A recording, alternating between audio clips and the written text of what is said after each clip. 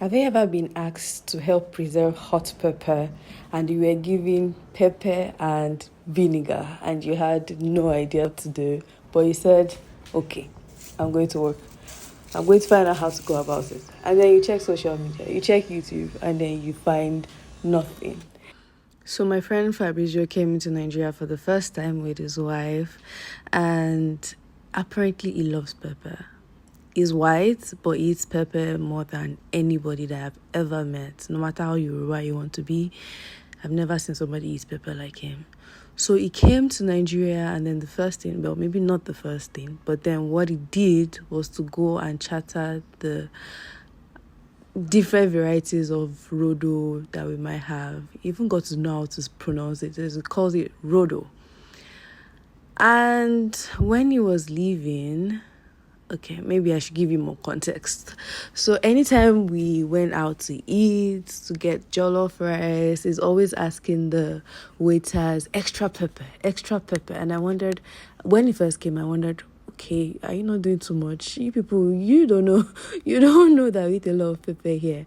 And then they give him the pepper, they give him the food with a lot of pepper, and then it's like, it's tasty. And then he gives us the taste, and I'm like, guy, what is this? I can't even chew it. Like, I remember one time that I went to Leon and they asked, he got rice, like white rice with vegetable, and then the lady that was serving us, he told her that, okay, bring pepper, like lots of pepper, extra pepper. And then she was like, oh, so you want pepper, like only pepper? I was like, I even told her in Yoruba that if it's possible for you to not add any other thing, just like pure Rodo, no other thing. And then she brought it, and Fabrizio was eating it as if it was nothing. And then I was feeling somehow that, I wish they had given him the pepper of the pepper. So Fabrizio asked that I tasted it to see if they actually tried. And I tasted, and I don't know if it was a mistake or anything, but then I tasted it and I'm like, so you know when we're watching cartoons and then, or movies or whatever, and then you see smoke in the air and the eyes or the forehead, everywhere is just red. I think that was what I felt, or I imagined myself feeling. Like, I couldn't even allow it to go down. I was coughing or choking. I didn't even know what was going on with me that time.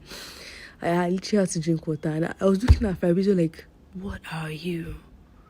Like, Fabrizio, what are you?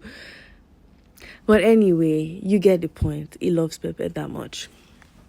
So when they were leaving, going back to Colombia, he still had some pepper at home, and then he asked if I could help him make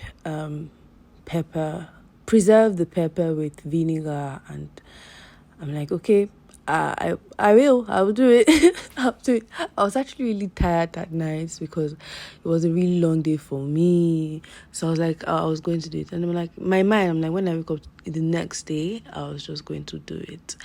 And so I woke up, and the first thing I started doing, well, maybe not the very first thing I started doing, but for me to start the task at hand, I checked YouTube, checked Google, preserve hot pepper, preserve Rodo with vinegar, like Rodo plus vinegar, any way I could have found, like searched for it, and I didn't see what I wanted. And well, I had an idea of how people were preserving things, but I didn't exactly get the exact thing that I wanted.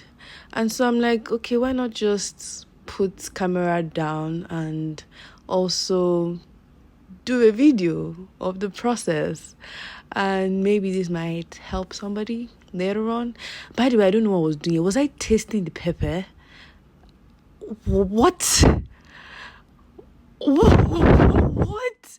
Okay, so for context, I think I added some salt and vinegar. So instead of adding water, I used vinegar. So I think when I was done, I then had to figure out where to store it. So I saw a place where they stored pickle or something, and so it was like pickle. Was it pickle or olives? I've forgotten. Oh my goodness!